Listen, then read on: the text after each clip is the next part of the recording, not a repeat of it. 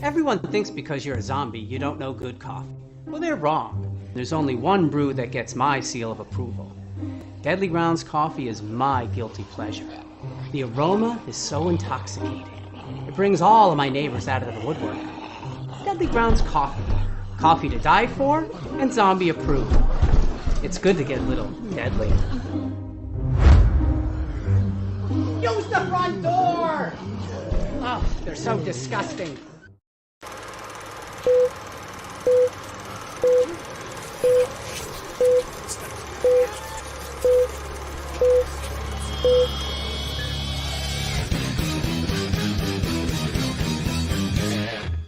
It's Tuesday night, time for another live Wicked Horror Show. I'm Kevin, and as always, I'm joined by Tony. Has 9 fingers.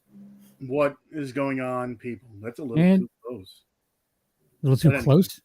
Yeah, well, for me, it's usually I'm like further away. Oh, okay. Anyways, yeah. We have some returning guests. We haven't seen them in a very long time, but would you like to introduce our very special guests? Sure. We had them on for the first movie. Now a sequel is coming out from Crawl or Die and Crawl or Die 2. We have Oklahoma Ward and Nicole Alonso. Hey. Hello. Hi, welcome back, guys. So Crawl or Die, the first one, which if people that are watching now or watching later, if you haven't seen the first one, you should. It's very claustrophobic, very alien-esque, and it's it made Leo very uncomfortable when he watched it. So that was also a good time. Oklahoma, you said you wanted to talk about something at the top of the show? Yeah, there's a couple of things that we can talk about. We'll talk about the sequel and what we're doing, and plus also the, I don't know, we can actually let you guys help us out, whether we're going to call it a podcast or a variety show thing that we're doing. But also one thing that we haven't, Nicole and I haven't spoke about, this will be the first time we speak about it, is something that happened about 4 or 5 months ago during the post-production of the project we're working on. It kind of changed our lives and really gave us a lot of, I don't know, gumption, I guess for a better word, to keep moving forward. And towards the end, after we talk and everything, at the end of this, if you guys will remind me about 10 minutes and I'll share that, and maybe that will help some other artists that are trying to move forward, something for them to hang their hat on and all that kind of good stuff. But hey, we remember being with you guys. I think at that time we spoke, there was 2 different interviews. Well, we did. I know at that point, my cousin Leo was part of the show. Right. Like we kind of, like he does his own thing, and I kind of do this one now. And like we're still cousins and everything. I just hung out with them last weekend. We didn't stop being cousins. You didn't stop being related. Yeah. We just Wolfman. We had a few interviews. I remember Wolfman too. Yeah, we had a few incarnations of the podcast, and it kind of. I don't know if Yo-Yo was part of it at that point too. Yo-Yo. Yeah. But yeah, we have people coming and going. Every once in a while, Wolfie will still show up. But yeah, it's for the most part, it's me and Tony most of the time. But one of the guys that does show up pretty regularly is this guy Angel, and he's also an aspiring filmmaker. So maybe if he doesn't show up later on, I'll just be like, hey, you need to check out the end of the show because maybe this will inspire you a little bit, depending on what it is. But we'll see. So this is Crawl or Die 2 has been in the works for a while. Yes. Yeah, and at one point I was just like, is it gonna happen? Is it gonna happen? And then like I would see like little things here and there. I'm glad you didn't give up.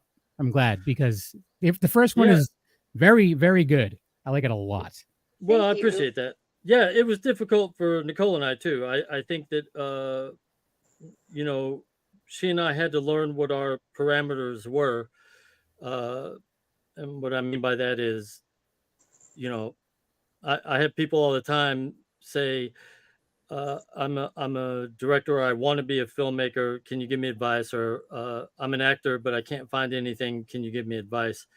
And I create a lot of enemies, not because I'm trying to, but I have a rule that I will always be honest with artists, and I started asking them questions, and I soon learned that the reason they're not acting or the reason they're not directing, because we have iPhones, and I mean, in one theory, you could do something tonight. I used to do exercises with Nicole all the time when I would write her something, and during the weekend, I would just film her doing those exercises. But what you find is you have parameters, and what I mean by that is once Nicole, right after we did Crawl or Die, she got offered a whole bunch of projects, and she kept finding reasons to turn them down. And what she found out is she has a parameter. She's like, I will do this under these conditions. So, and me too. I found that out because we spent a whole year. That was one of the deals. Nicole and I both negotiating with Hollywood. And I think Nicole will back me up on this. We dealt with one of Ridley Scott's offshoot companies. We dealt with what was that woman with Pokemon or something? I think it was 1E. Yeah. One Yeah. Entertainment. Yeah. Yeah. And we had all these deals, and we would get excited, and this is no bag on them. They even would say, you can be the director, she can be, but none of them would give me final edit. And for the amount of money, I will give up control for this amount of money. But for this amount of money, no. Because I wanted knew to write the script and all that kind of stuff too. So yeah, I just knew it would be like some schlocky thing with the budget and everything. And I realized at that moment, I have a parameter, and it was different than what I always thought it was at that moment. I had always dreamed I did. I'm not gonna lie. I was like, it'd be cool to have an Oscar. Like, how cool would that be to be able to thank your mom and parents and who you love and all that kind of stuff. But then I learned that's not what I really want to do. I want to do something else. And so then it's been a long journey to get where we are. But I'm excited about it, and I'm happy about it. I don't know. How do you feel, Nicole, about the journey to get to here? Because it's probably been, 8 years, 9 years? Yeah, I think it came out in 2014. It was the last territory, so it's been a while. But I think it was worth it because when we went through all the dealings with the studios and people wanting to fund it, it just became clear really quickly that it wasn't going to be our movie or our project anymore. And they were going to have most of the control over what it would look like and what the character would become. And some of the things they wanted Tank to do was like, I wouldn't have liked that. So I don't regret it. I think we did go through a period after we turned all those down that we were like, well, now what? Are we just going to make another movie for $5,000 or what are we going to do? So it took us a while to come back around, and we did find an investor, which is great, who believed in us and believes in the project. So now we get to make what we want to make, and I think it's going to be really special. So nice. I'm glad that we held out. Yeah. So the first one cost $5,000 to make? Yeah, the about first that. one cost. Yeah. Wow. We got a little bit of money from the sales agency to add in the creature, which we did in a week. We didn't have a creature originally. You never saw it. And they were like, we need a creature. So they gave us, I don't remember how, it was like 2,000 or something, and we had 1 week to make the creature, film it, edit it into the movie, and then put it out. So well, I never would have guessed it. I never would have guessed 5,000. Never. Yeah. But you guys, it was. Yeah, you worked well. You definitely worked well with what you had, for sure. Yeah. Thank you. Yeah. Yeah. I think that's one of the things I was most proud of. But also I knew that at that amount of money, you really had to put consideration into set pieces, and I had to design the movie to fit within those parameters, and which I find is one mistake a lot that even I made on my very first movie that I never put out. Like I made this grand thing and trying to run around on like a $5,000 budget and do all that. I was just like, oh, Jesus Christ, I'm competing with, like, this is insane. Like I can't have a helicopter fly in and, all this kind of stuff. And I thought you got to be smarter about this. And then this time around, we had we had 3 investors, and all 3 of them were extremely gracious, still very supportive. I don't know that we'd be here without their support. And so we've been able to up the game a little bit. I mean, still, and this is no put down to them, because believe me, the money that they invested is a lot of money to somebody like Nicole and I, believe me. And at the same time, we wouldn't even qualify for the amount of money that we have as an independent film in Hollywood, you know. I don't even think low budget independent. Like, it's below that. We wouldn't. It's like micro budget. Yeah. I don't. Yeah, maybe. Probably micro. Maybe. But what it did allow us to do is have a way larger cast, way better sets, special effects, and you know, we kind An of upgraded creature this time. Yeah, the creature looks awesome this time. I kind of akin it to Mad Max, not quite the Mad Max 2, but if there was one in between there, that's kind of where we went. And then we're hoping next time to be able to have the budget to get up there to the second one. Nice. If that makes sense. Well, the one thing that I must say is, especially like a fan of independent films, that I like the way that you said, like, even if they gave you all this money and they wouldn't let you do your own thing, you weren't going to take it. Because there's a lot of times where Hollywood takes a hold of it and it changes everything around. Yeah. And then people hate the movie, and it's like, well, that wasn't my movie to begin with. But they don't blame the Hollywood. They blame the director, they blame the director. Like, exactly. They're like, oh, this movie sucks. So hearing that is one good thing. Yeah. And the other thing is, even if you have a micro budget, look at some of the newer movies. Like Skinamarink always comes up, and that was a micro budget, and that blew up. That went into it's different. It's very different. You have to be open for something different. Weirdness. Like totally. It's one of those things. Like I saw it at home, and then I saw it in the theater. I liked it way more in the theater. I didn't hate it at home, but it's something where you're literally like you don't know what you're seeing. Pay attention. It's kind of like Paranormal when that came out, the first one. We saw that in the theater, and then I showed it to someone at home, and it was like not the same at all. Right. Yeah, because I always recommend sound effects weren't there. Oh, totally. I recommend like putting your phone in another room, completely dark room, and your eyes are going to mess with you. You're going to start seeing things in the static. It's not there. You're going to start seeing things. Or is it? It's not. I can tell you it's not. But real quick, Sergio's in the chat, wants to say hi to Nicole in Oklahoma. What's up, Sergio? Hey, Sergio. And whatchamacallit? Then I was getting nervous when Terrifier kind of hit too, because I was afraid that, especially when Damien was talking to people out in Hollywood about Terrifier 3 and stuff like that, I'm like, oh no. But he's one of those guys. He's gonna stick do to his thing. Yeah, exactly. Yeah, I love that. And that's I have to be careful when I'm saying that I actually, I'm not putting down the people in Hollywood or the system, saying that we turned down their deals, because honestly, I was surprised at how much they were willing to work with us. Like they were like, you can be the director, you can have Nicole as the lead, you can do the story, you can film it the way you want to, and all that kind of stuff.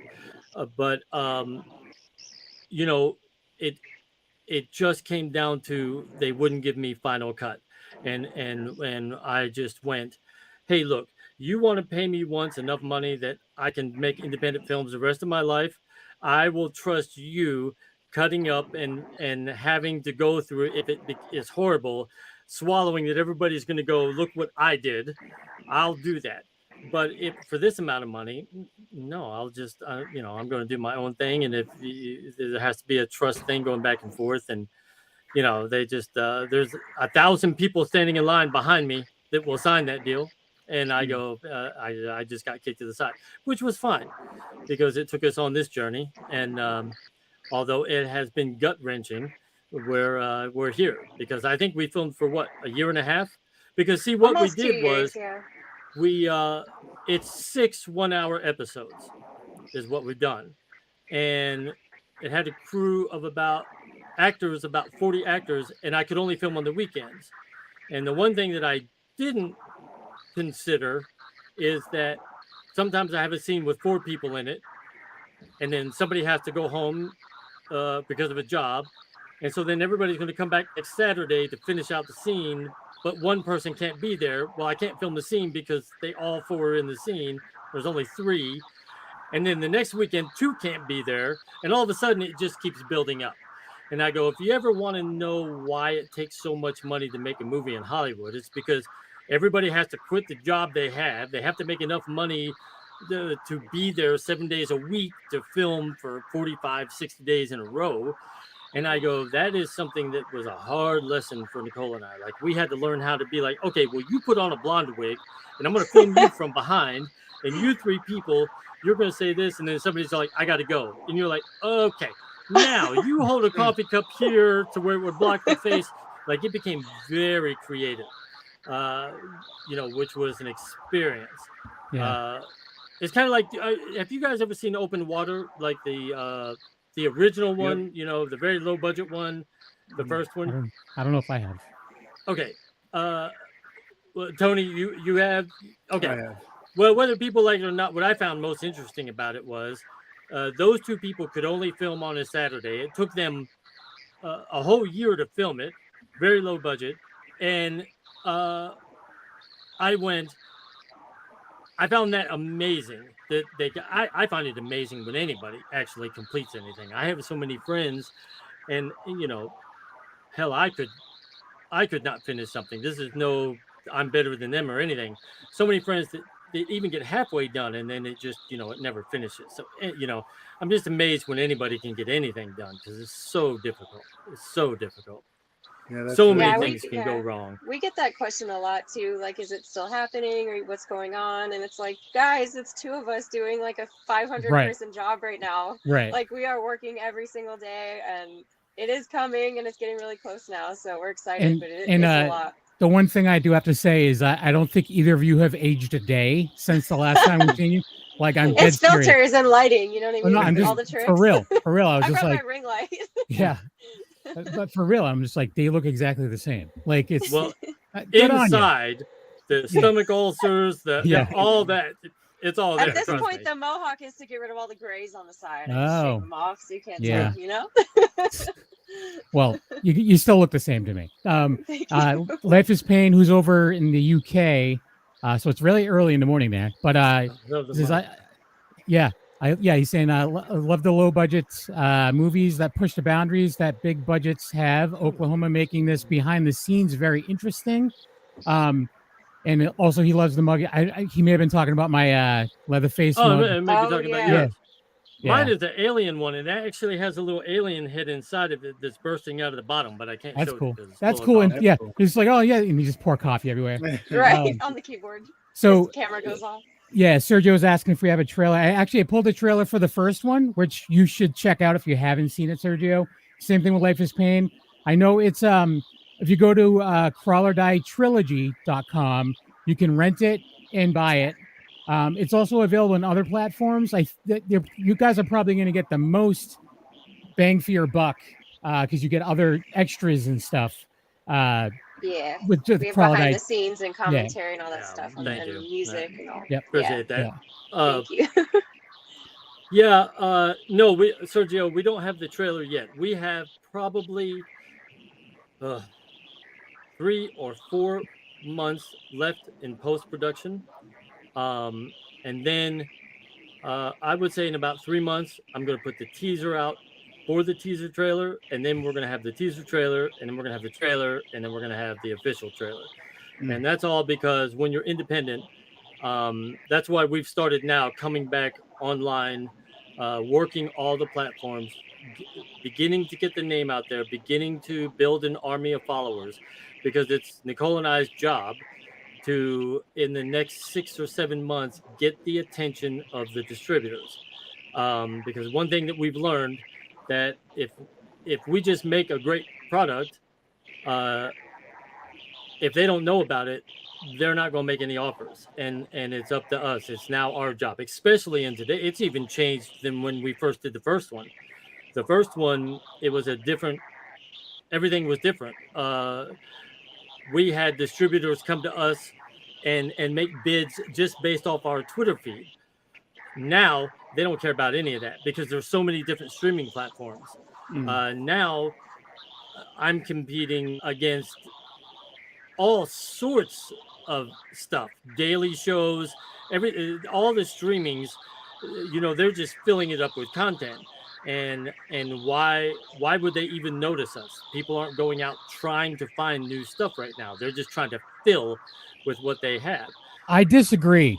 Okay, go ahead. I mean, I know. I think horror fans are going out looking for newer stuff. Yeah, the fans are. Yeah. But the platforms, even like Shudder, like, do you know how many independent filmmakers are making horror films? And like Shudder doesn't send anybody out anymore. Like, you have to approach them. Mm-hmm. So our goal is to get our name back out there again, get the word out there, so that at least when we contact all these people, they're like, oh yeah, we kind of heard about that, because we're 1 in a million. But I do agree. That's what we love about the horror community. Mm-hmm. I mean, that's how we got our first deal, was horror fans. Our distributor was walking around a convention, and they were asking people on the down low, have you heard about anything that's new and upcoming? And they had 4 different people be like, yeah, you should check out this thing, Crawl or Die. This is the trailer. We've been watching it on Twitter and all that. And they contacted us, and that's how we got our deal.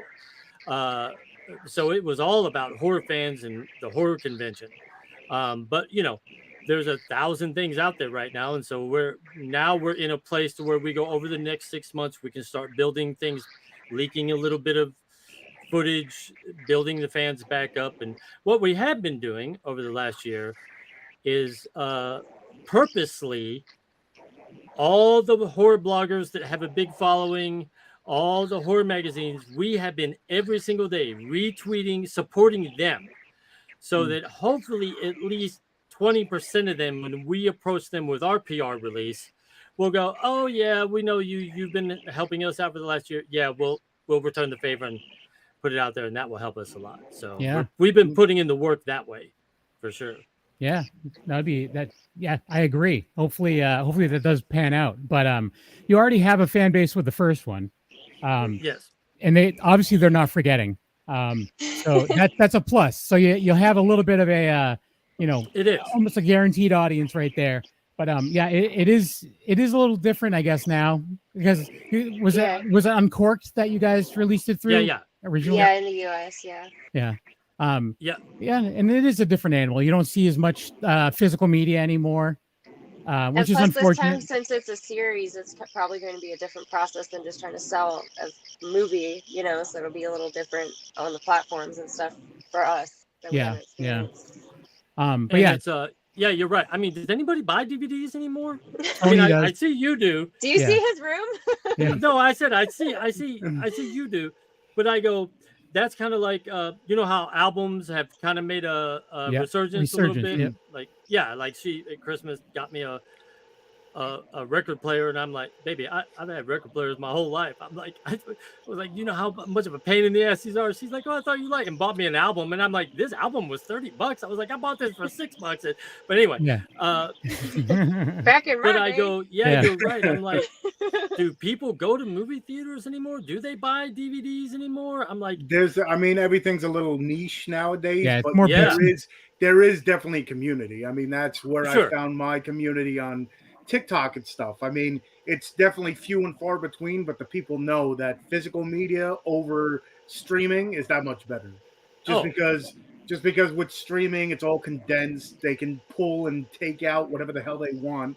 It's like, you do realize you're not getting the full extent of what you can, because especially nowadays, if it's on a platform, it's like, oh, we don't like this part, let's just pull this. And then it's like, you're waiting for this scene and you're like, where the hell did it go?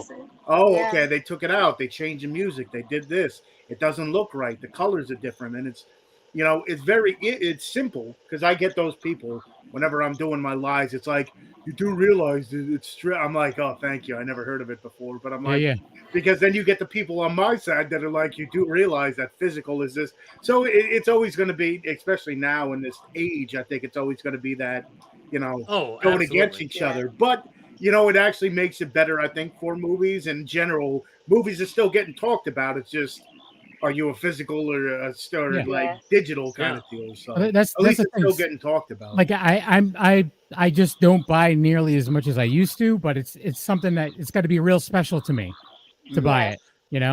That's kind of how we are about going to the movies. Like, we don't go as often anymore. It has to be something that I'm like, it'll be worth paying the money to see in the theater, you know? Exactly. Yeah. So little smaller movies, we just watch them at home.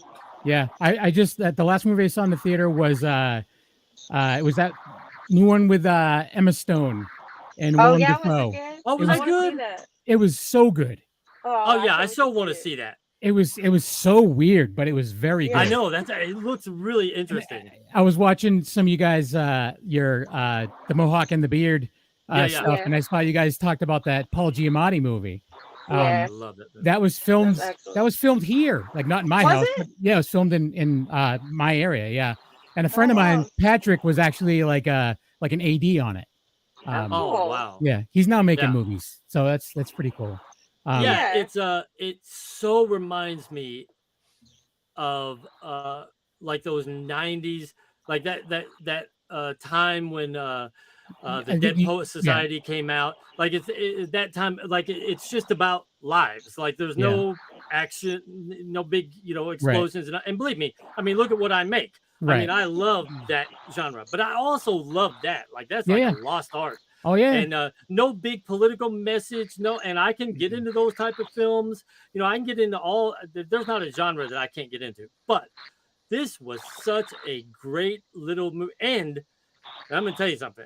You talk about me, because I am a cinephile. Like I'll watch a 5-hour silent movie, okay? But this girl right here, her life, she watches movies with TikTok open. Makes me want to stab her in the neck. But not always. But you know what she did on this movie? I was stunned. She like put her phone down. Like I was like, oh my god, the biggest action movie just came out, and you're watching the phone and the movie at the same time. This little thing came out and made you put your phone down. I was like, yeah. I love good acting. I can get into it more if it's really good performances. Yes. Like we just finished that True Detective Night Country, and I was like glued the whole time. I haven't watched any of that. Haven't watched any of it. It's so good. Since season 1, it's definitely the best one in my opinion. Really? I love Jodie Foster though. So I agree with you on Fargo as well. I watched that little thing too. Fargo there hasn't been a stinker season. All of them have been great. I agree. Yeah. I agree. And that's the one thing with like certain actors too, like Paul Giamatti, I don't think gets the credit that he deserves. Oh, because even in some of the other stuff, like Big Fat Liar, he was great in that. It's such but there's so many different movies that he's been in, and it's just like the Howard Stern movie. He doesn't get. I forgot he was in that. Yeah, he's pig vomit. What's funny is, I mean, I know he's not going to win because and believe me. I don't get into the hatred and all that. There are reasons that I love the Oscars, and there are reasons that I love to hate on the Oscars at the same time. I embody all of that, and I know right now we all know the movie that everybody's like. It's just riding the wave right now. But I was like, man, Paul Giamatti he is so damn good in everything that he does. Like that Howard Stern movie, I literally went to that thinking, well, I'm just going to see some naked bodies running around, and I'm going to have a great beer drinking time. That movie was so damn good. I think I saw it a couple times in the theater. I went to see it more than once for sure. Yeah, me too. I took my mom to see it. Like I thought, I didn't do that. I didn't go that far. Good. Yeah. And, I was too young to see it when it came out. My mom wouldn't let me see it. Well, was that Private Parts? Yeah. Yes. Later though. Yeah. You were too young? Yeah. You're making me feel old. Let's not talk about that. How old are you? If you don't mind me asking. I'm about to be 39 next month. All right. Same age. I'm 10 years older than you. Oh, okay. Well, my mom was very strict, so no R-rated movies. So I was 17, so I had a lot of catching up to do. That's interesting. Anyway. And my wife is 40, so she keeps me young. And we don't have any kids. Go. That's the other thing that keeps me young. But that's some white beard going on here. You gotta bleach it like me. You can't see it though. No, I'm good. Nicole, I was gonna say don't. Oh yeah, Sergio was asking if you have like a favorite horror movie. I think Oklahoma. You already said that Alien is one of your favorites. Yeah, it's such a hard question for me. It is. I truly, I've had a life of I was a painter. I lived in New York. I had an art gallery in Chicago. Like I love all types of art. But movies, I absolutely love. I mean, they're like books to me. Like, yeah, I could watch 2 or 3 every single day and be happy about it. But I would have to say I'd probably go back to Alien just because.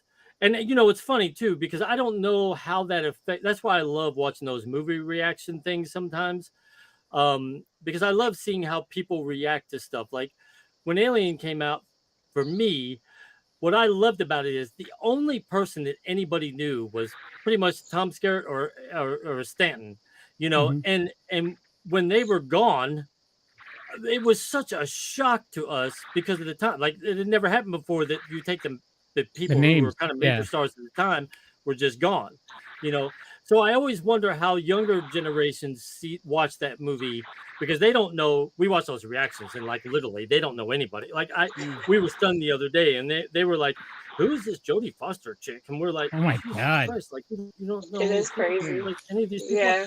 So I go, how do people react to that movie when they don't know any of the people?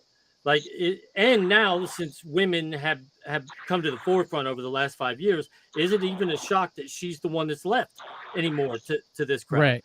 So I love to see how it works, but how it affected me at the time, oh my God, I'll never forget it.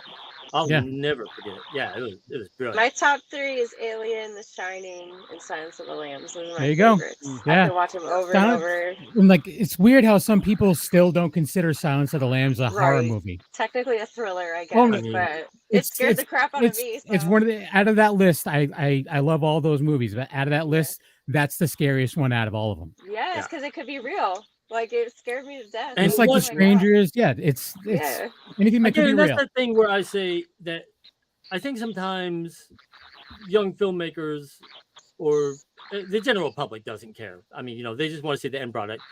But I don't think people realize how much of a miracle it is that everything has to work. And that is one of the few movies, Silence of the Lambs, that everything worked. The acting was work. The editing, the misdirection of the editing, at the scene where they're walking to the door. I mean, that's what gets me. Every time I watch that movie, my heart's like, I'm like, I've seen this movie a million times. She's at his house. Yeah, Like, and the sound editing on that, absolutely perfect. And I go, every one of those things, from the acting to the editing to the sound, one of those things off can ruin a movie, especially an independent film. Absolutely ruin it. And that's one of those rare things that I go, there isn't anything in there I would change. As an egotistical director, I watch so many things and go, you know what? I would change that once. There isn't anything I would change in that movie. That movie is just right down the line. Perfect. Absolutely perfect. I just thought Life is Pain was being very inappropriate, but he was just quoting Silence of the Lambs. I was like, Jesus Christ, dude. I'm like, okay, no. He's Buffalo Bill in it. All right. That's cool. Yeah. She a great big fat person. That guy. Yeah. Oh my God. Nicole and I crack up. I go, they probably wouldn't even put that line in today. Definitely. Yeah. I love it. Well, half the movies that were even in the 90s wouldn't get made today because of the absolutely. Because of someone would get offended and exactly, be and it's just like immediately. So I think that's why a lot of young kids don't even know what like the old because it's like this like not even shown anywhere, and it's just like it's like do your research. Well, we mentioned it before how their like attention span is like this, but it's just like. Well, look, hey, you brought that up, and that's one of the reasons that I love. And I know half of the reaction things are fake. I know that. Yeah, and then there's some that I go, but what I love about it is this. Take for example, I watched like 4 of them, and I watched all of them when they first watched Pulp Fiction, and all of them but one. They all were just so offended by Quentin Tarantino's use of language, and I go. I'm just shocked because everything in that movie works. That's another one that everything, and if anything, and then they the same 3 couples that were offended then watched Reservoir Dogs, and they were offended by the discussion when they're all sitting at the table about the Madonna. If you're easily offended, maybe don't watch Quentin movies. You know, just Toby Wong, Toby Chong, exactly. Exactly. Right. Yeah. And what I go is I went. if you only watch stuff that you like and is in your lane, how boring life must be. If you know what you're going to get, if you're never going to be shocked by anything, if you're never going to see anything from a different point of view, cookie cutter what are you doing? Vanilla. Yeah, it is vanilla. Yeah. I don't know where kids lost their edge, but apparently they have.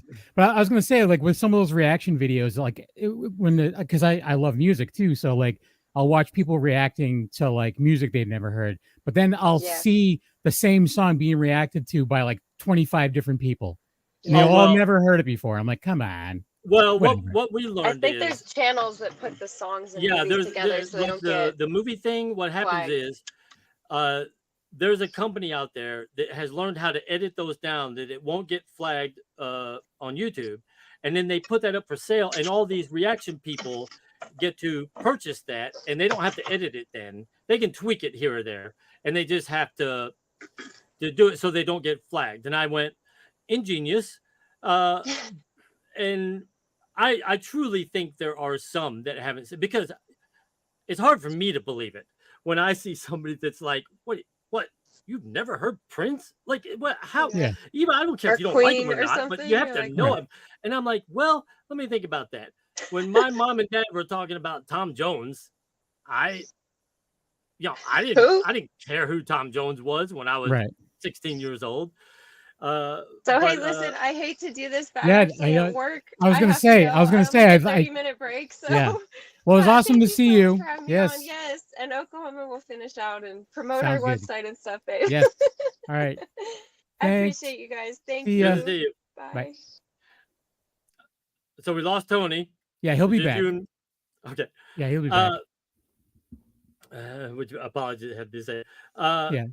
Yeah, but I got to tell you that one of the things that made me fall in love with movies was one thing I miss about going to the movie theater to see everything, because you had to, right? When anything came out, and of course when it left the movie theater, you were never going to see it again, right? You know, until like over a year later when it would come out to rent on video. Yeah, right, exactly. There was something great, not about people who talk through movies. I hated that. But I loved the experience when an audience was in love with the movie that was there, like maybe on an opening night of like Star Wars 2 or whatever, and everybody would scream or cheer or clap. And I went, that communal thing is now a little bit of a lost art or experience. Mm-hmm. And that's, I think, vicariously, I lived through that through some of the reaction videos. I love watching somebody see something that I love and go, oh my God, they don't know this is going to happen. And you see their reaction. Yeah. And so you just hope that, it's a real thing. And if not, you can just fantasize that, Yeah. That's why I love, like, people will come to me like a lot and be like, oh, recommend some horror movies or whatever that you think I would like. And like, I'm not going to try to gross them out. I'm just going to try to offer them horror movies that will actually scare them and stuff like that. And it's just like, sometimes they're like, oh my God, that was crazy. And other times, like, I didn't get it. Like, I ask them like what they're looking for in a movie, though. Yeah. Because sometimes it's like, okay, I'm looking for some blood, guts, and gore. Okay, here, go to this or something. So, yeah. Well, see, to me, Charles, should you pick up this? Oh, nice. As I went off, as my internet went out, I'm like, let me go find it. So I do appreciate it. It is on physical media. Yeah. It's funny that tells me so much about you. Not holding up my DVD. What you were saying earlier is that you truly do love movies, because I go, it's funny. Even being on this side, even dealing with actors and people who claim to love movies, what you find out a lot of times is they just love what they love.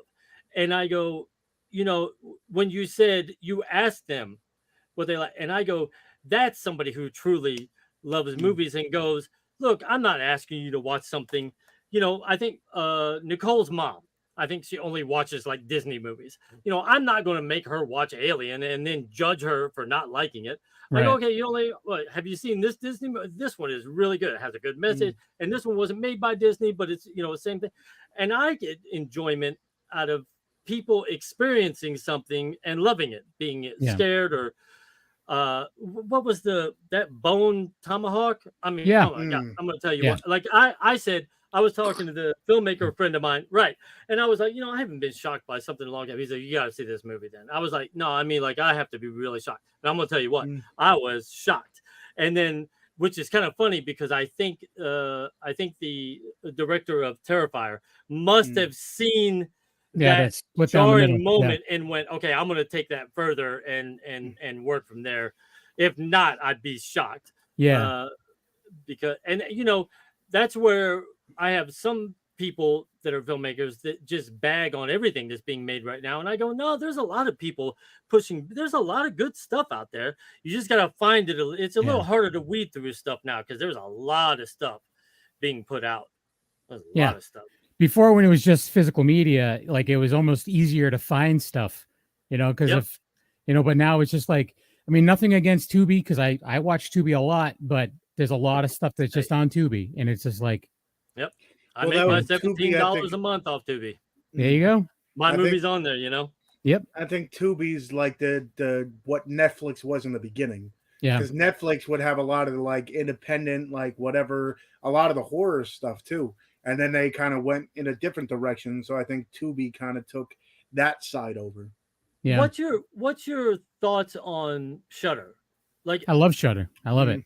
You do? Yeah. Okay. I was wondering because when I was doing this, the one thing that does happen is you kind of have to step out of life. Like you're just immersed in the edit. I'm just constantly. I can't keep up with stuff very much at all. And I was wondering about Shudder because I was wondering if there is one thing. I love the horror community, but there is one thing about the horror community that is they are more unforgiving than any other community. They're like, look, if you say you're going to give me blood and gore, you better give me blood. Or like if there's a franchise movie coming out and they make it PG, they will like, we are not going to see that. You've ruined everything's been R. That's why we loved it, And so I wondered how the horror community backed up with Shudder. Like I didn't know if they were just putting out like really cheap bad horror movies or. Nope. I mean, it's got a little bit of everything. I mean, they have like the classically bad movies, but then they do have like a lot of Shudder originals. They got a lot of Shudder, and the Shudder originals are not made by them. It's like Skinamarink was released as a Shudder original, but when I saw they just bought the rights to it. They exactly bought the exclusive rights. Yeah. Yeah. So they have like TV shows and stuff. So they got a little bit of everything. And even the TV shows, like there's one that I really like. I'm forgetting the name of it. But it's a Canadian show. So it was on regular TV or cable in Canada, but it's on Shudder out here because it's owned by AMC. That's who owns Shudder. But I didn't know that. Yeah. So it's so if you have AMC Plus, a lot of the stuff that's on Shudder is going to be on AMC Plus as well. Oh, okay. Yeah. But you think they're gonna make it? What's that? Shudder? Yeah. Oh yeah. I've had it for years. Okay. I found a lot of really awesome like foreign horror that I never would have even heard of. Yeah. Terrified. I recommend it to a lot of people. It's this Terrified, not Terrifier, but Terrified, and it's in Spanish. And it's the same director put out another movie. Is it When Evil Lurks or Where Evil Lurks? Just last year or like beginning of this year, wasn't it? Or end of last year? End of last year, yeah. And they're both absolutely original, like very crazy movies, not overly gory, but just messed up. Like in Terrified, there's basically a little boy, a dead little boy sitting at a table just rotting the whole movie. Like, oh, wow. that wouldn't happen in an American movie. Like, definitely not. No. And that's the thing is they were talking about doing like an American remake of it that Del Toro was supposed to be involved in. I'm like, well, if anyone's going to be able to pull that off, it would be him. But yeah, I'm glad that they didn't, honestly, because I'm like, but that's the one thing too with Shudder. They partner with, I guess, RLJE Films, so they have a whole line of like I have a section of Shudder original Shudder movies that are on Shudder and everything. So that's the one thing that it went good too, is it has some physical releases. Yep, I enjoy it. Right. I mean, that's one of the streaming services I've had pretty consistently for a long time. Yeah. Yeah, I was interested to see what the horror community thought about it and if they like it. And because, like I said, I've never found anybody even more than sci-fi fans. Although sci-fi fans, when they get into franchises like Star Wars and Star Trek, they can be just as brutal. Yeah, I kind of wondered. We had a little bit of interest, and I was making kind of a short list, and I was like, you know what, I need to. Just like I tried to do my due diligence on the distributors that we had and everything, I was just kind of searching around and asking what people thought, and all that kind of stuff. Yeah. Of Shudder. And Shudder's pretty good. And then there's another one, Screambox, right? That's yeah, I heard about that. Yeah, that's where it's another streaming service. That's actually when Terrifier 2 first came out streaming. That's what it was on. Oh, that's right. Yeah. Right. It was like exclusive to them at first. So I mean, I don't have it. It's wild out there right now. There's a lot out there. I mean, there's a lot out there that I want, but I just can't justify it. Yeah, I know. And I think over the next 5 years, it's all going. I think we're going to end up with like 4 or 5. I think they'll all conglomerate again. You'll be able to get this with these people, and we've already seen it a little bit. And because I think the one thing that all the streaming services didn't understand, because I literally told Nicole, I was like, wow, NBC, CBS, ABC, they're gonna be gone. Like, when Netflix came out and everything.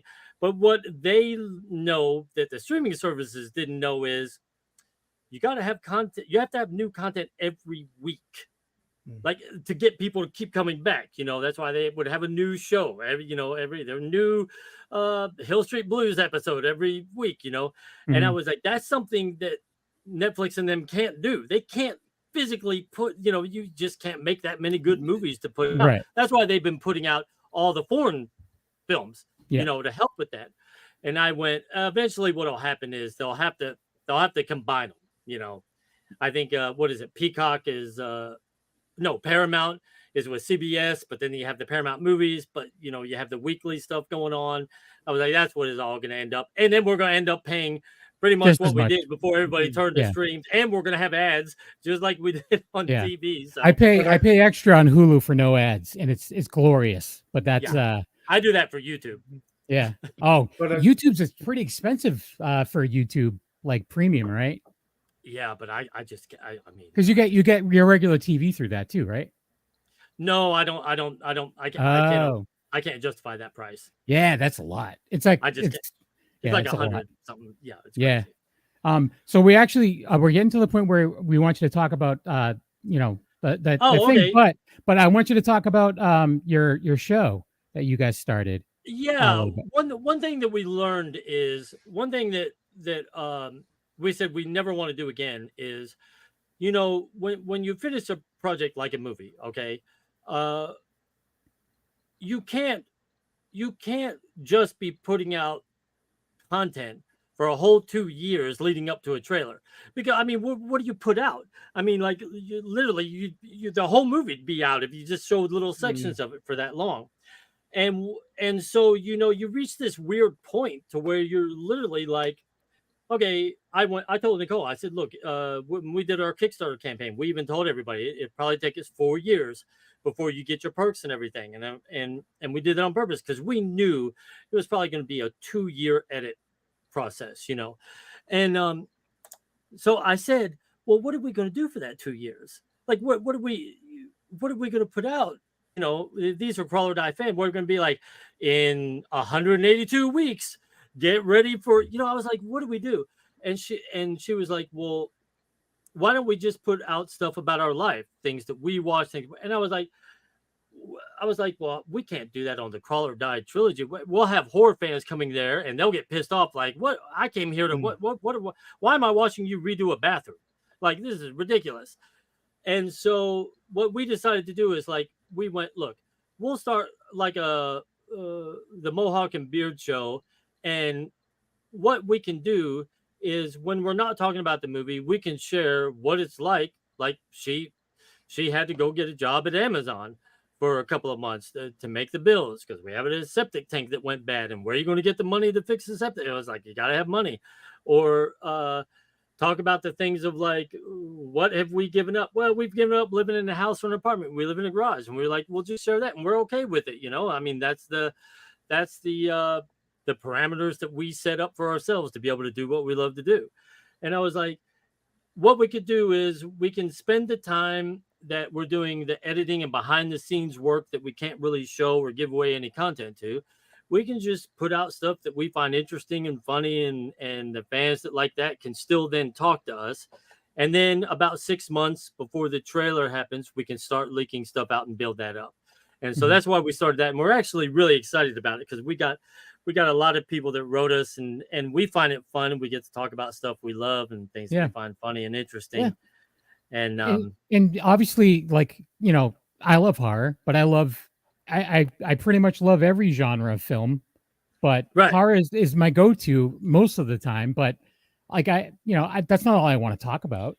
But it's also, we love watching horror movies, but we also love hearing like other things that's why I love physical media, because then you get the behind the scenes kind of stuff. You get the extras, and I learn about, the people in it, because of course everybody's playing a character, but I'd rather know about the person behind the character and what they like. So that's why, the extras are for me. So well, and to back up what you're saying, we went, we have other projects that we want to do, and we can't just have them all going to the Crawl or Die trilogy site.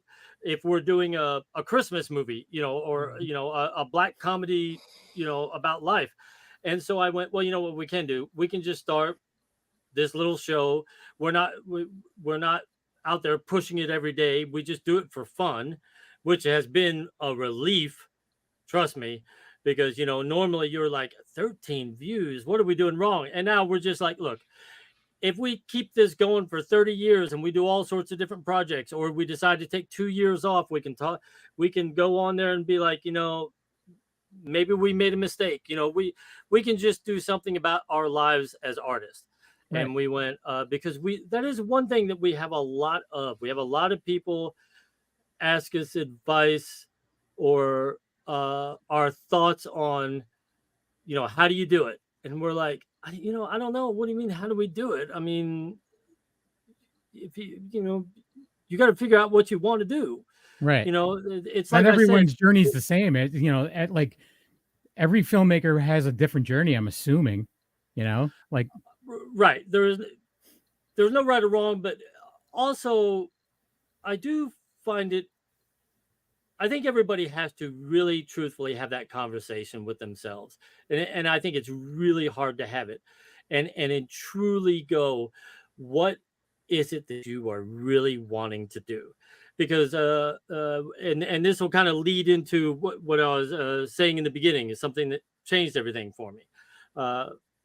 When I started editing on this movie, there was a moment that I went, oh my God, I've worked for 45 days now, and I've got 17 minutes of episode 1 done, and I have 6 more episodes to go. And I went, I don't know if I can do this. Like this is why when the first season of Walking Dead happened, it took 1.5 years for season 2 to come out. Like it is insanity. And I went, so I reached out to this teacher that I had 20 years earlier. And I was doing the whole effing artist thing. Oh my God, I've made the biggest mistake of my life. I'm a failure. I don't want to live in a garage. And I've got this fucking project that literally is going to take me 30 years to finish. And I'm just, I'm a waste and blah, blah, blah. And he wrote me back this message, and it was pretty cryptic because, he was, like I said, my teacher. And so he was a lot older than me. And I thought, well, just because of his age, it's so cryptic. But he wrote back and said, of course, I still remember you and your intent, blah, blah, blah. He goes, I have told you what I feel, and that's it. You have lived the proof. Often, the greatest work of an artist is the art of surviving the effort, the dedication and determination to not let your energy be diverted from where you know it should go. And what I what I thought about that was, I was like, oh, Jesus Christ. I was like, that, by saying that often the greatest work of any artist is not about this painting or this movie that they did or this writing, but it's the art of surviving. And I went, yeah, that is the key. That is the thing. It is surviving life and everything. And I go, well, how do you do that and keep doing it? And I go, well, what you have to do is have that honest conversation with yourself. And what I'll say about that is, I'll give an example. I had this person come over and sit down, and they were just extremely depressed, and they were talking, and they were going, I want to be a filmmaker. And so I went, okay, well, go film. I was like, do you know how many movies have been out that was shot on an iPhone? I was like, go film. And they went, oh, no, I just don't want to film for myself. I said, okay, well, let's start there. That's a parameter. So you don't want to just film. You want to film what? And they were like, well, I want to film a Hollywood movie. Okay, well, yeah, now you have two parameters. So when you came in, you were saying, I just want to be a filmmaker and I can't. I was like, well, no, that's not true. You want to be a filmmaker that films in Hollywood. That is the difference. Because if you wanted to just be a filmmaker, you can go film something tomorrow. You can do it. I find this with actors all the time. All the time. Actors will come to me. I just can't find anything to work on. Well, what do you mean? Like, you can pick up a phone. Have you ever seen the musicians who sit down and do cover tunes in their living room on a banjo? And I was like, you can act. You can act right now. And they're like, yeah, no, I want to act in something. Okay, well, in Austin, in LA, in New York, in Chicago, every day. I filmed in Austin, I filmed in LA, I filmed in Chicago. There's no less than 100 projects. You could go to one of those cities and work every single day. Well, no, I want to work on a project. Okay, so there's your parameters. Okay, that's what you need to know. If you're wanting to work on a high budget Hollywood film, you need to go to one of those cities and start doing that grind. Nikki made that decision. She didn't want to be in the cattle call. She didn't want to do that. She wanted to do independent films. So she left that behind. She was lucky. She knew that. I'm not going to lie. I didn't know. I thought I wanted to make a big Hollywood film. But when they offered it, I turned it down. And I'm here. And so I thought, man, what I really want. Now, I would like to win an Indie Spirit Award. I'm just letting you know, because I would like to have a couple drinks and go up there and be drunk and give the speech. I think that'd be fun. But I went, you know what I really want to do is I want to do what Quentin Tarantino did with John Travolta, where he was the pinnacle. He was the biggest star in the world. Grease, Saturday Night Fever came out, blow up. Like, it was just, he was it. And then he's gone. What was it? Talking for babies. Like, he was gone. Yeah. And then he did this, at the time, independent, great little film. And I went, you know what I want to do? I want to make great independent films with great actors who are no longer there, but can really act really well and do stuff on my own terms in my garage, in my studio. And I went, that's what I really want to do. And it was such a relief knowing that what I should be proud of is that I'm still trying to do that. And I'm not wasting my time bitching going, well, I never made it in Hollywood. And I was like, well, of course not. I left. I'm not there. I'm not trying to do that thing. And if somebody wants to do that, then go do that. You know, one of the greatest things that happened is this woman was leaving Tulsa, and everybody was saying, why are you leaving? And she said, because I want to be a singer and I want to be on a stage and have 400,000 people watching me. And I was like, and everybody was like, wow, egotistical. And I was like, no, that's brilliant. She knows what she wants to do. And she ain't going to do that here. Like, she's not in Tulsa, Oklahoma, playing down at the coffee station. She needs to be playing at a coffee station in LA and hope somebody walks in and sees her or you know, find that path.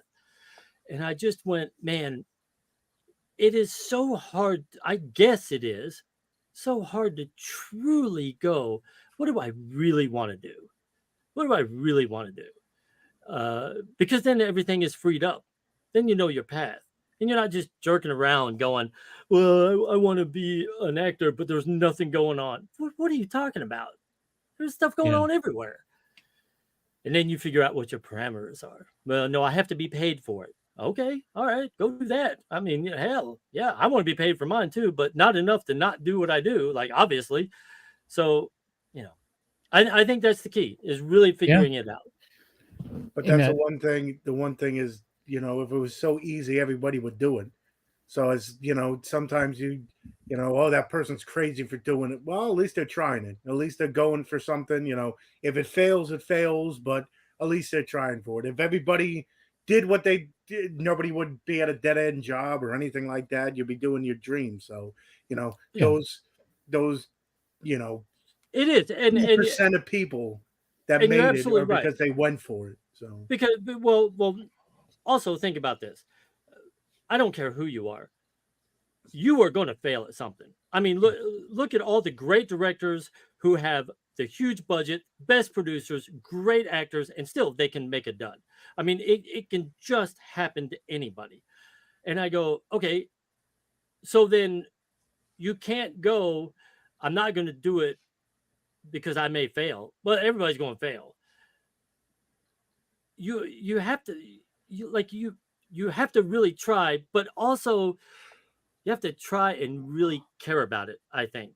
I mean, like, it's so easy to just go, I'm going to make this, and then, oh, it didn't work. And I go, well, come on, dude. Like, you've never made anything before. You didn't ask for any advice. You didn't, like, you just, that's hubris. That is ego to go, oh, I'm just going to go out there and I can make it. I'm like, no, you can't. Like, me on my first movie, look, I had a lot of ego. I was like, I've watched movies. I can go through plot points. I read every Roger Ebert book and critiques and everything.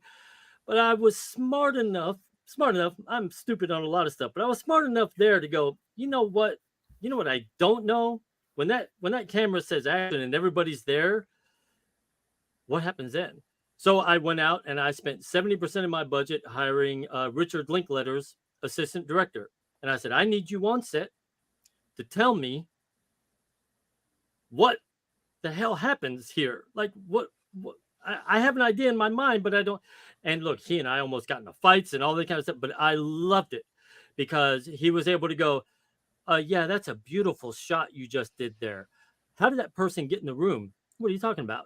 He's like, well, the last time we saw that person, they were in a car and now they're here at the table. Like, you have no shots of them coming in the door. You have no close-ups. You have no, and had I not had that, oh my God, I would have never finished. My editor would have been like, what the fuck is this? And I don't know. Anyway, yeah, I know. I agree with you. It's you have to have a little bit of an ego to go, I could do this, but then you also have to go, I got to be smart about it. Yeah.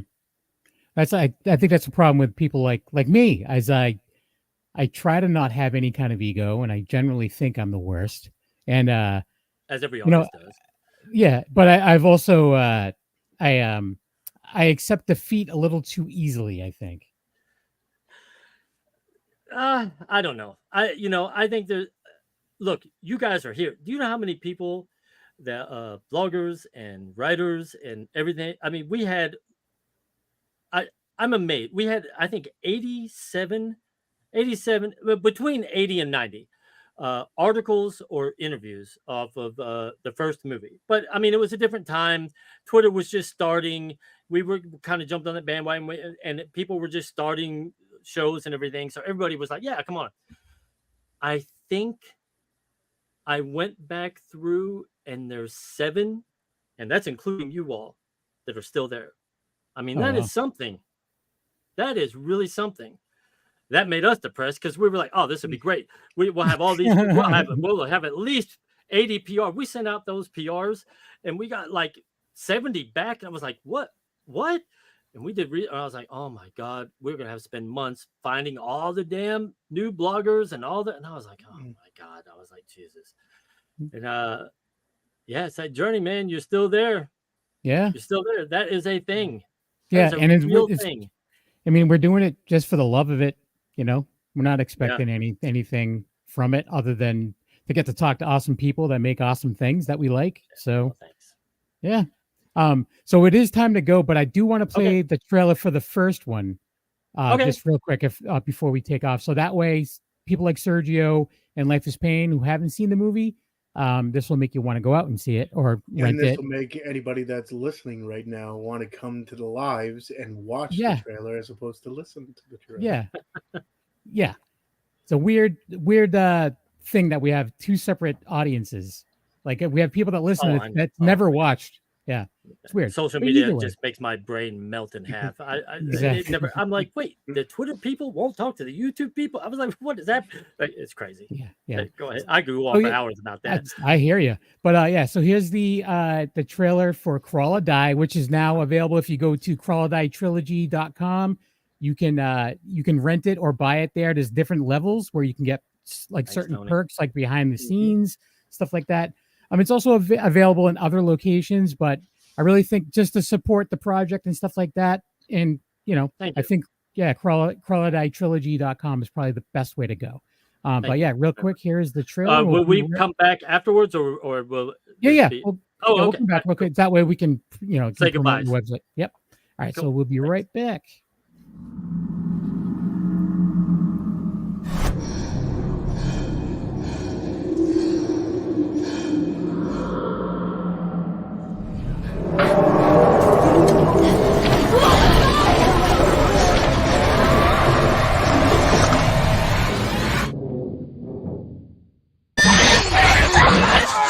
This is the last non-infected fertile woman alive.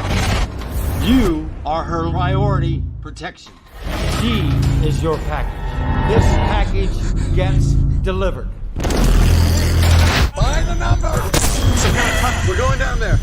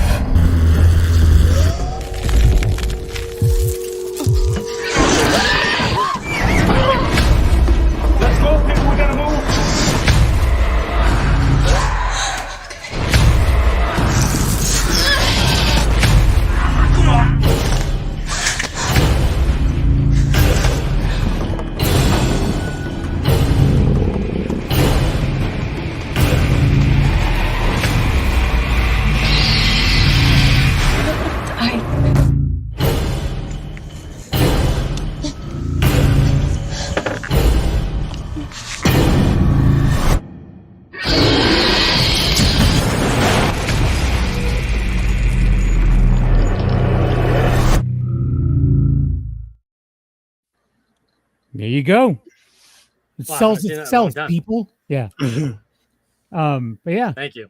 Yeah. So if you want to just give some quick some links to where people can find your stuff, it said right at the end of that, crawlordietrilogy.com. So that's definitely one of them. Yeah, I think what we're gonna do over the next 3 or 4 months is start really pushing the YouTube channel. But if you go to crawlordietrilogy.com, all our links will be there. And what I wanted to do is I've got a list here, and we're picking 15 places that we're going to exclusively put out the first unofficial trailer before the official trailer, because that will have to go through the distributor. And we've got you guys down because I really do appreciate you guys reaching out and wanting to talk to us before the edit was finished, because most people, what are you gonna, most people don't care, what we have to say or what the process is to get it done. They just want to see the trailer or whatever. So it was really nice for you guys to reach out. Nicole and I were really touched by it because, we really enjoyed talking to you all the first time. And then also Thomas, he's the Whoop Man, right? Yeah. Yeah. He was actually, he's in the chat and Facebook. I don't know why he didn't come on tonight. Yeah. So, well, Wolfie, I just want to say because I think he did something different. Like we had to, and we've never forgotten him and all that. And at that time, we didn't have much of an audience that was going to help you guys out at all. But I go, now hopefully we can return a little bit of favor, like on YouTube. We can start promoting you on YouTube and all that and pushing you all also. But more than that, I'm glad you guys are still here. The notes I had down, because I looked up the notes from way back then, I have down here, these guys really love movies. So, and that makes me really happy that you guys are still here, because I have plenty of notes from other channels that are like, I don't even think these people like movies. But anyway, so I'm really glad you guys are here, and I really appreciate you all talking and taking time. Our and pleasure, then once we get done with the edit and we're good, exclusively we can come on here and talk to you and show like the first unofficial trailer, and hopefully get some buzz going for both of us and all that kind of stuff. That'd be amazing. Yeah, definitely. Or maybe we get Nikki on here naked, whichever gets more viewers. I don't know. Well, whichever would get us kicked off of YouTube. I'm joking, but I'm joking. But yeah. Anyway, so that's it. If people go to crawlordietrilogy.com, all the links, to our Twitter, Facebook, Jesus, all of it, Yeah. It's whichever platform you love the most, which is the best platform, that's we're on there somehow. I avoid a lot. Never again put any platform down, because I literally got physical mail of people mad at me going, I cannot believe that you put Instagram down. I love that platform. How dare you? And I was just like, I just said that I don't like going on. Okay, whatever. So I love all social media platforms. And how did you get my address? Like, how did you send it? Yeah. Oh no. I was so stupid in the very beginning. I put a website out and I was like, if you have any questions, feel free to mail me at not, I was thinking maybe 3 people. I didn't think I'd get an email because I said Instagram sucks. But anyway, I don't think that anymore. Instagram is great. I love Instagram. Great. Yeah. So Tony, what about yourself? Where can people find you? You can find me at Tony Has 9 Fingers on YouTube, where I do movie reviews, unboxings, anything movie related. Tony Has 9 Fingers on X, which I never use. Tony Has 9 Fingers on TikTok, which is my now main hub of social media. So that's where I go for the most stuff. Tony's Movies on Instagram, where I show off the movies behind me. And of course, here most Tuesday nights, whether we have awesome guests or it's just horror movie talk, you can find me here on the Wicked Horror Show. Kevin? Just A Knuckle on Instagram. Besides doing this show with Tony Has 9 Fingers, I also am part of That Strange Show. New season of that will start recording soon. We were talking about it this past weekend. And also just got a message from Nancy Ann Ritter. We should be finally recording a couple more episodes of The Re-Education of Nancy Ann Ritter. We still haven't done Dead Alive or Return of the Living Dead. So those are the next 2 on the list. So Nancy Ann Ritter was in the original Scream. She doesn't really know a lot about horror. She does the horror conventions and everything, but she doesn't really know a lot about it. So we're like, my friend Jerry. That's interesting. Yeah, and she's also a girlfriend of Tony Moran from the original Halloween. So we're kind of like educating her on some iconic horror.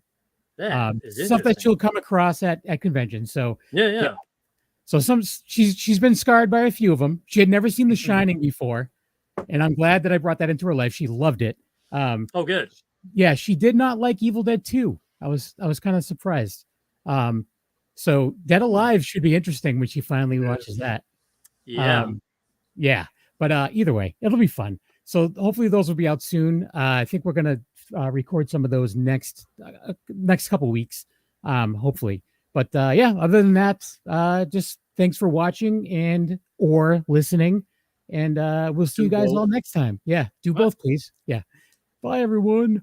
Thanks, guys.